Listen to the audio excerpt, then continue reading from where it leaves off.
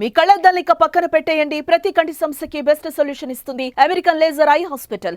అంత పీక్ లో ఉన్నప్పుడు ఒక్కసారిగా అమ్మకి పెళ్లి అన్నప్పుడు అమ్మగారు చెప్తుండే వల్ల అంటే తను చెప్పేది ఎప్పుడన్నా yeah she use to share వద్దు లేకపోతే లేదు వద్దనేదంట. ఆ, మా ఫాదర్ చాలా సార్లు అడిగారంట, మాట్లాడడానికి మా తాతగారితో చెప్పారంట, అన్ని చేశారంట. కానీ మా మమ్మీ వచ్చి వద్దు డాడీ, నాన్నగారు నాకు వద్దు అప్పుడే, ఇంకా అంటే ఇద్దరు చెల్లెలు ఉన్నారు, వాళ్ళందరూ సెటిల్ అవనియండి తర్వాత చేసుకుంటానంటే లేదు ఆయన మంచి హీరో, మంచి పేరున్న హీరో, ఆయన పీక్ లో ఉన్నారు అప్పుడు. ఆయన పీక్లో ఉన్నారు, Hmm. మంచి పేరున్న హీరో, ఎందుకు పెళ్లి చేసుకుంటే సెటిల్ అయిపోవచ్చు కదా అన్న పాయింట్లో ఆవిడని ఫోర్స్ చేసే పెళ్లి చేయించారు.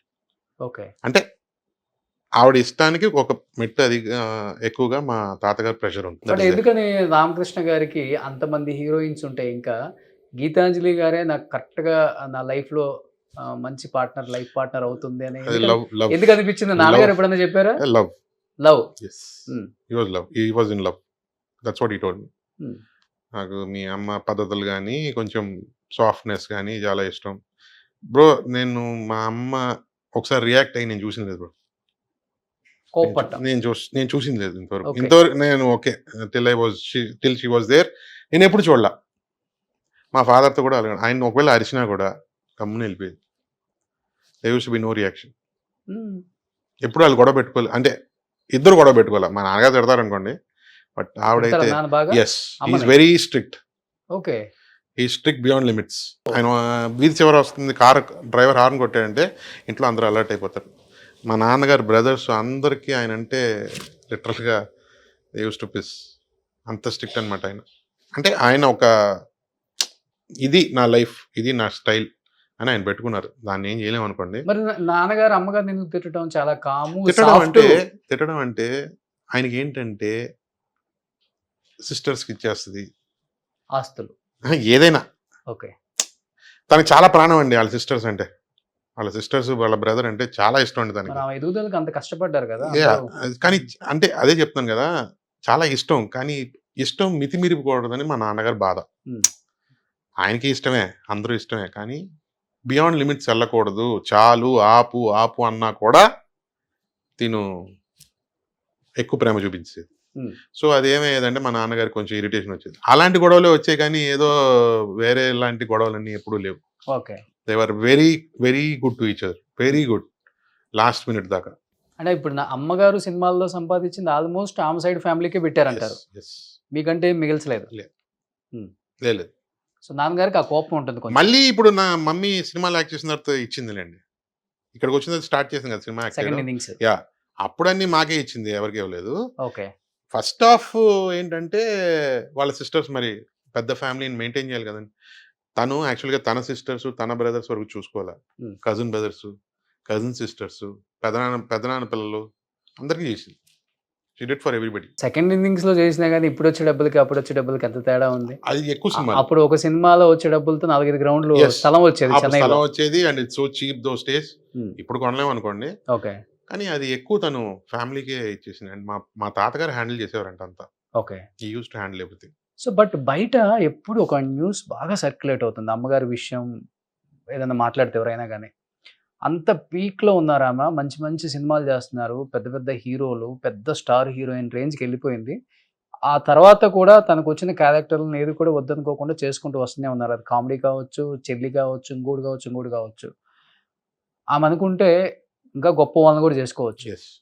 అలాంటిది రెండో పెళ్ళికి రామకృష్ణ గారికి రెండో పెళ్ళి గీతాంజలి గారిని చేసుకోవాల్సి వస్తుంది అన్నప్పుడు, కానీ అమ్మకి కానీ లేకపోతే తాతగారికి కానీ లేకపోతే మిగతా ఇప్పుడు ఎన్టీఆర్ గారు ఉన్నారు, సొంత చెల్లెల్లాగే చూసుకుంటారు, వద్దమ్మా ఆయనకి రెండో పెళ్ళి ఉంది. ఎందుకంటే ఆ రోజుల్లో హీరోయిన్స్ అందరూ కూడా వెళ్తే సెకండ్ భార్యగానో మూడో భార్యగానో వెళ్ళిపోయారు. ఒక్కొక్క హీరోకి 3-4 పెళ్ళిళ్ళు అయినాయి, పిల్లలు కూడా ఉన్నారు. అయినా కానీ యాక్సెప్ట్ చేశారు, చేసుకున్నారు. చివరి రోజుల్లో తినడానికి తిండి లేక, ఉండటానికి ఇల్లు లేక చాలా మంది చిన్న చిన్న రూముల్లో లేకపోతే బస్ స్టాండ్లలో లేకపోతే ఎక్కడో వేరే వాళ్ళు తెలిసిన వాళ్ళ హాస్టళ్లలో చనిపోయిన ఆర్టిస్టులు చాలా మంది ఉన్నారు అని కథలుగా చెప్తుంటే మనం వింటాం, కొన్ని చూస్తున్నాం కూడా ఇప్పుడు కూడా. ఎందుకు అమ్మకి ఆ పరిస్థితి వచ్చింది? బ్రదర్, నేను విషయం చాలా ఓపెన్ గా చెప్తాను మీకు. మా ఫాదర్ కి ఒక అఫైర్ ఉండింది. అది పెళ్లి వరకు వెళ్ళిందని నా వెనుకడికి నేను చెప్తున్నా. నాకు ఎగ్జాక్ట్‌గా ఏం జరిగిందో నాకు తెలీదు. నాకు అంటే తల్లిదండ్రులు ఇది షేర్ చేసుకోరు నాతో, మీకు తెలుసది. కానీ మీలాగే నేను విన్నాను. ఆయన ఒక ఆవిడని పెళ్లి చేసుకున్నారన్నది నిజం. హ్మ్. కానీ విడిపోయారు. ఓకే. ఆవిడ ఫ్రమ్ ది ఇండస్ట్రీయే. ఇండస్ట్రీ ఆమె. యెస్. ఆమె హీరోయినా? లేదు. ఆవిడ యాక్ట్రెస్ అని నేను విన్నా. ఆవిడ పేరు పార్వతి. ఓకే. ఉన్నారు ఓకే. ఇప్పటికి కూడా? లేరు. హ్మ్. చనిపోయారు. అప్పుడు ఈయన ఆవిడని పెళ్లి చేసుకున్నారని, కలిసి ఉన్నారని చెప్పి, తర్వాత ఇద్దరికి సరిగా రానప్పుడు విడిపోయారు. బట్ నాన్న ఆ విషయాన్ని దాచి అమ్మని పెళ్లి చేసుకున్నారా? మమ్మీకి తెలుసు. వాళ్ళ నాన్నగారికి తెలుసు. విడిపోయారని తెలుసు. విడిపోయిన తర్వాతే వీళ్ళు పెళ్లి చేసుకున్నారు. పెళ్లి చేసుకున్న తర్వాత కూడా చాలా డిస్టర్బెన్స్‌లు జరిగినియి. కానీ మా నాన్నగారు ఎప్పుడు మాతో తప్ప ఇంకెవరితో ఉండలేదు. ఒక్కరోజు కూడా అడుగు పెట్టలేదు ఆయన బయట ఇంకెక్కడ. హ్మ్. That I can guarantee you because I have seen that. Okay. అది ఒక స్టోరీ, అది అయిపోయింది. తర్వాత గీతాని గారిని పెళ్లి చేసుకున్న తర్వాత ఒకే కొడుకు నేను. మేము ముగ్గురమే ఫ్యామిలీ ఆయనకి. అందుకనే ఆయనకి భయం అన్నమాట. ఎవరైనా మధ్యలో వచ్చి దూరిపోతారేమో అందుకని కొంచెం స్ట్రిక్ట్‌గా ఉండేవారు ఆయన. మీకు అర్థమవుతుంది నేను చెప్పేది. అవునవును. ఆ రోజుల్లో కొంచెం ఆ భయం ఉండేదిలే. వేరే ఎవరైనా వాళ్ళు వచ్చేసి వస్తే బుద్ధులు మారిపోతాయి. యెస్. ఆ భయం ఉండేది ఆయనకి. అందుకని చెప్పేసి ఎందుకంటే ఆల్రెడీ ఒకసారి దెబ్బతిన్నారు కాబట్టి. ఆయన దెబ్బతిన్నారు. ఒక ఇల్లు ఇచ్చారు ఆయన. ఎవరికి? ఆమెకి. యెస్. ఓకే. ఒక ఇల్లు ఇచ్చారు. అక్కడ దెబ్బతిన్నారు. బయటకు కట్టుబట్టలతో బయటకొచ్చారు ఆయన. వచ్చేసి మళ్ళీ స్టార్ట్ చేశారు లైఫ్. సినిమాలు చేయడం అన్నీ చేసి ఒక్కొక్క ఆస్తిగా కొని, అప్పుడు మా తాతగారి దగ్గరికెళ్ళి నాకు గీతాంజలి అంటే ఇష్టం అండి, పెళ్లి చేసుకుంటా అని చెప్తే, ఆళ్ళు కూడా చాలా ఆలోచించారు. వెంటనే అంత ఇవ్వలా. మా మమ్మీ ఒప్పుకోలా. చాలా దీర్ఘంగా ఆలోచించి ఓకే. ఈ మనిషికి ఇదంతా సాల్వ్ అయింది అని తెలిసిన తర్వాతే they came to mutual understanding, got married. Okay. ఇప్పుడు పార్వతి అనే ఆమె కేవలం ఆస్తి కోసం పెళ్లి చేసుకుందా? నాన్నగారిని ఇష్టపడి పెళ్లి ఆవిడ చేసుకున్నారా? ఇష్టపడే చేసుకున్నారు. ఆ. కానీ పడలేదు ఇద్దరికి. పెళ్ళయ్యాక పడలేదు. కానీ అమ్మగారిని పెళ్లి చేసుకున్న తర్వాత మీరన్నారు ఒక మాట. నాన్నగారు ఏదైతే సంపాదించారో ఒక ఇల్లు కూడా ఫస్ట్ భార్యకి ఇచ్చేసి అమ్మని పెళ్లి చేసుకున్నారు Yes. అని. కానీ గీతాంజలి గారిని చేసుకున్న తర్వాత ఫస్ట్ భార్య తినడానికి తిండి లేక గుడ్ల ముందు భిక్షాటన చేసుకున్నారు. కూరగాయలు అమ్ముకుంటూ బతికారు. ఆమెని నిట్టా ముంచేశారు. రామకృష్ణ గారు, గీతాంజలి గారు అనే మాటకి ఏమని చెప్తారు మీరు? చాలా మంది మాట్లాడారు ఈ బ్రో మాటలో. ఇక్కడ 2 విషయాలు చెప్తాను మీకు. భీమవరంలో ఒక ఆవిడ ఉందని చెప్పి కొంతమంది చెప్తున్నారు. మీరు చెప్పేది భీమవరం స్టోరీ. నాన్నగారికి ఎన్ని పెళ్ళిళ్ళు అయినాయి అసలుకి? ఆయన అది పెళ్లి అవ్వలా. ఆ. భీమవరంలో ఎవరు లేరు. That's a false story. Um. First point. Second point, ఆయన చెన్నైకి వచ్చిన తర్వాత, సినిమాలు స్టార్ట్ చేసిన తర్వాత, లైఫ్ స్టార్ట్ చేసిన తర్వాత చెన్నైలో ఈ పార్వతి గారిని కలిశారు. ఉమ్. ఈవిడితో పెళ్లి జరిగిందన్నది నిజం. గుళ్ళో పెళ్లి చేసుకున్నారా? పెద్దల ముందా? అది నాకు తెలియదు. Okay. I don't know about it. పెళ్లి అయితే అయిందన్నది నిజం. ఆవిడకి ఇల్లు కొనిచ్చారు. ఈయన బయటకు వచ్చారు. ఆవిడ ఆ ఇంట్లోనే ఉన్నారు. ఆ ఇల్లు మొత్తం రెంట్‌కి ఇచ్చి వాళ్ళు సంపాదించుకుని ఆవిడ బానే ఉన్నారు. ఆవిడకేం లోటు లేదు. ఆవిడ హ్యాపీగానే ఉన్నారు. ఈయన బయటకు గుడి ముందు వచ్చారు. భిక్షాటన చేసుకున్నారు అనేది ఎవరు? ఫస్ట్ భార్య. లేదు. ఆ. ఈవిడే ఫస్ట్. అదే ఆ ఫస్ట్ ఆమె. పార్వతి గారు. ఉమ్. వేరెవరు లేరు దానికి ముందు. ఆమె పోయే టైంకి అంతా హ్యాపీగానే వెళ్ళారు. హ్యాపీగా వెళ్ళారు. There no issues. మరి ఆమె ప్రాపర్టీస్ తర్వాత ఎవరికి వచ్చినాయి మళ్ళీ? వాళ్ళు అక్కడ ఒక పిల్లలు ఉన్నారా ఆమెకి? లేరు. ఉమ్. వాళ్ళ అన్న పిల్లలకి ఇచ్చారు. ఓకే. వాళ్ళ అన్నయ్య పిల్లలు అన్నయ్య మనవలకి ఇచ్చారు ఆవిడ. ఆవిడకి పిల్లలు లేరు. He don't have kids. Okay. వాళ్ళ అన్నయ్య పిల్లలకి ఇచ్చారు. అది కూడా తెలుసు. బట్ మీరు పుట్టిన తర్వాత ఎప్పుడైనా వెళ్ళారా ఆమెకాడికి? లేదు. ఎప్పుడైనా కలవటం కానీ? లేదు. ఇల్లు చూసా. ఇల్లు చూసారు. శ్రీనగర్‌లోనే ఉండేది అది. ఉమ్. ఇల్లు చూసాను కానీ నేను ఎప్పుడు వెళ్ళలేదు. నేను ఎప్పుడు ఆవిడని చూడలే. I have never seen her. నాన్నగారు ఇష్టంతోనే ఇచ్చారు ఇల్లు. యెస్. అదే అక్కడ ఏదో గొడవ జరిగిందండి. ఆయన బయటకు వచ్చారు. బయటకు వచ్చిన వెంటనే ఇంకా మళ్ళీ ఆ ఇంట్లోకి వెళ్ళలేదు ఆయన. అంతే అయిపోయింది. అక్కడితో కట్ ఆఫ్. దాని తర్వాత ఒక 4 to 5 ఇయర్స్ తర్వాత ఈ పెళ్లి జరిగింది. బట్ అమ్మకి చెప్పడానికి చాలా ట్రై చేశారంట కదా అప్పుడు ఎన్టీఆర్ గారు, అవును. అందరూ సావిత్రి చెప్పడానికి గారు. ట్రై చేశారంట కానీ రెండో పెళ్లి తనకి వద్దు, రెండో ఏంటంటే పెళ్లి వద్దు. ఆవిడకి ఆ ఫీలింగ్ వచ్చింది. లవ్వా ఏంటో అది లవ్వే అనుకుంటాను. Is a gentle man. మంచి బిహేవియర్. ఎవరితో అనవసరంగా చెడు అలవాటు లేవు. సిగరెట్ లేదు. అప్పుడు మందు లేదు. ఉమ్. అన్నీ లేవు. ఉమ్. సో అందుకని చెప్పి షీ ఆల్రెడీ లైక్ దెమ్. కానీ పెళ్లి చేసుకోవాలా అన్నది మటుకు డిసిషన్ మటుకు మా తాతగారిది, ఓకే. మా పెద్దమ్మని అని చెప్పి నేను అన్నా. ఉమ్. ఆయన చేసుకో, సెటిల్ అవుతావు, మంచి పెద్ద హీరో అవుతున్నారు, ఇంకా నీకెందుకు. అప్పటికి ఏమేమి సినిమాలు తీశారు నాన్న? నోము ఇవన్నీ వచ్చినాయా? లేదండి. ఆ. నోము నేను పుట్టిన తర్వాతే. నోము నేను పుట్టిన తర్వాతే. యాహ్! ఓకే. డ్యాడీ అప్పటికి నిత్య కళ్యాణం, పచ్చతోరణం, ఎన్టీఆర్ గారితో రాముడు, ఆయన రాముడు వేశారు. ఈయన బ్రదర్ లక్ష్మణుడు వేశారు. చాలా సినిమాలు చేశారండి దానికి ముందు. సో ఒక 20 సినిమాలు ఉంటాయి అప్పుడు. ఓకే.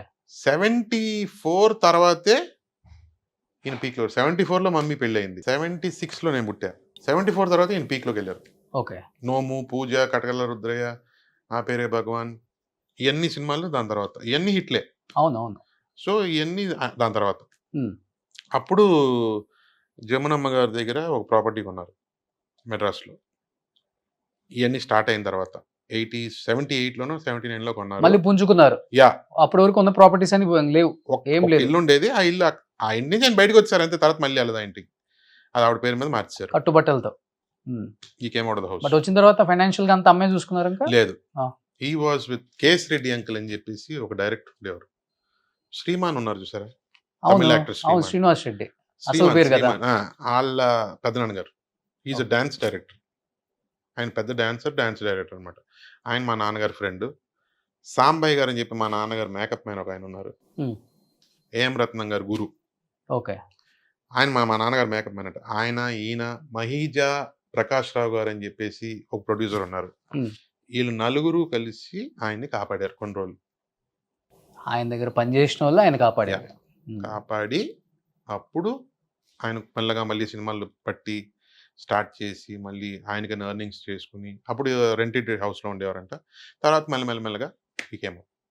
బట్ అంత అందంగా మమ్మీని పెళ్లి చేసుకున్న తర్వాత ఈయన సినిమాలు ఎక్కువ వచ్చేసినాయి. ఆ పెళ్ళి అయిన సమయం ఏమో నాకు తెలియదు కానీ ఈయనకి దగ్గర ఒక 10 హిట్లు వచ్చినాయి దాని తర్వాత. Then he started making money. మంచి అందగాడు కదా నాన్న. వేరే ట్రాప్ లోకి వెళ్ళలేదా ఆఫ్టర్ ఈ పెళ్లి అయిపోయిన తర్వాత? చాలా మంది ఉంటారు కదా ఆ రోజుల్లో. అసలు మనం చెడు నేర్చుకోవడం చాలా easy. No he didn't go anywhere. He never stepped out of the house. ఇదే నా లైఫ్ అని ఉండిపోయారు. ఇంకా he didn't go anywhere. Nothing like that. But అమ్మకి ఎందుకు భయం పెట్టారు పెళ్ళైన తర్వాత నువ్వు యాక్ట్ చేయకూడదు, ఎందుకంటే మన ఇద్దరి మధ్య మిస్అండర్స్టాండింగ్స్ వస్తాయి, మన ఇద్దరం కూడా విడిపోయే అవకాశం ఉండొచ్చేమో, చాలా గొడవ పెట్టుకొని అమ్మని సినిమా ఆయన ఈజ్ వెరీ పొసెసివ్. తను వాళ్ళ సిస్టర్స్తో మాట్లాడినా కూడా ఆయన తీసుకోలేరు అనమాట. ఏదో మాట్లాడుతుంది, ఏం మాట్లాడుతుందో అది నేను దూరంగా వెళ్ళిపోద్దేమో అన్న పొసెసివ్నెస్ ఉంది ఆయన. సో ఆయన రియల్ లైఫ్ లో అలా ఉంటారా? రామకృష్ణ గారు క్రేజీ. He was crazy. మేమిద్దరం అంటే ప్రాణం ఆయనకి. ఇంకా ప్రాణంలో పంచప్రాణం అనుకోవచ్చు, ఏ ప్రాణం అనుకోవచ్చు. మేమిద్దరమే లైఫ్ ఆయనకి. మేము ఊరు వెళ్ళినా కూడా ఆయన వచ్చేవారు వెనకాలే. మేమేదో ఎవరో ఫ్రెండ్ పెళ్ళికి, మమ్మీ ఫ్రెండ్ పెళ్ళికి ఏదైనా వెళ్ళినామంటే ఒకరోజు చూస్తారు, లేకపోతే ఆయనే వచ్చేస్తారు.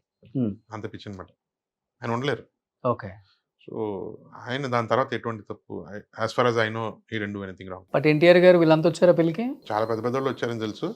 బట్ ఎవరు వచ్చారో నాకు ఎగ్జాక్ట్గా తెలియదు.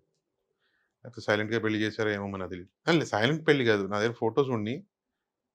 ఇట్స్ నార్మల్ ఫ్యామిలీ మ్యారేజ్ లాగే. ఎక్కడ అతను రామకృష్ణ గారు అసలు? భీమవరం. భీమవరం ఆయన. ఓ, అమ్మ కాకినాడ? మమ్మీ కాకినాడ. ఓకే. కాకినాడలో పుట్టింది. డాడీ భీమవరం. Farmer son. ఒక ఎల్డర్ బ్రదర్, ఒక యంగర్ బ్రదర్. పెద్ద ఆయన చనిపోయారు, ఆయనకు ఒక కూతురు. చిన్న ఆయనకి ఆయన చనిపోయారు, ఆయనకు ఒక కొడుకు. ఈయన లాస్ట్లో ఈయనే చనిపోయారు. ఒక రకంగా చెప్పాలంటే ప్రభాస్, విజయ్ దేవరకొండ కొంత ఫాలోయింగ్ ఉంటుంది ఆయనకి. అవును, అంటే హ్యాండ్సమ్, వెరీ హ్యాండ్సమ్, చాలా హ్యాండ్సమ్. ఎలా కాపాడుకుంటూ వచ్చింది అమ్మ అసలుకి? ఆయన చాలా మెయింటెనెన్స్ ఫ్రీక్ అండి. తెల్ల బట్టలు తప్ప వేరేరు. కలర్ అంటే చాలా రేరు. చెప్పులు తెల్లయి, ఖర్చీఫ్ తెల్లది, కారు తెల్లది, పర్సు తెల్లది, అంత తెల్ల పిచ్చి అనమాట. ఓకే. అండ్ మమ్మీ అయితే కొంచెం భయపడుతూనే ఉండేది. ఏమో ఎక్కడైనా దొరికిపోతాడేమో, ఎవరైనా పడిపోతారేమో అన్న భయంతో ఉండేది. కానీ మమ్మీకి అందరూ ఫ్రెండ్స్ కదండి. ఇప్పుడు ఇండస్ట్రీలో లేడీస్ చాలా క్లోజ్ ఫ్రెండ్స్ అనమాట అందరూ. సో ఎవరికి అది అనిపించలేదు. ఆ బాండింగ్ డిఫరెంట్ గా ఉండేది. గీతాంజలి భర్తగానే చూసారు. ఎగ్జాక్ట్లీ. అందరూ పార్టీస్కి వచ్చేవారు, ఇంటికి వచ్చేవారు, మేము వెళ్ళేవాళ్ళం, అన్ని జరిగాయి. కానీ ఎవరు అలా డిస్టర్బ్ ఏం చేయలేదు. ఓకే. డ్రింక్ చేస్తారా నాన్న? Later on, okay, after he started earning properly, he used to drink. Not very badly, ఏదైనా లిమిట్ అండి. ఆయన వెరీ షెడ్యూల్డ్ పర్సన్ అనమాట. చాలా మెయింటైన్ చేసేవారు అన్ని. ఇలాగే ఉండాలి, ఇలాగే ఉండాలి, ఇలాగే ఉండాలి.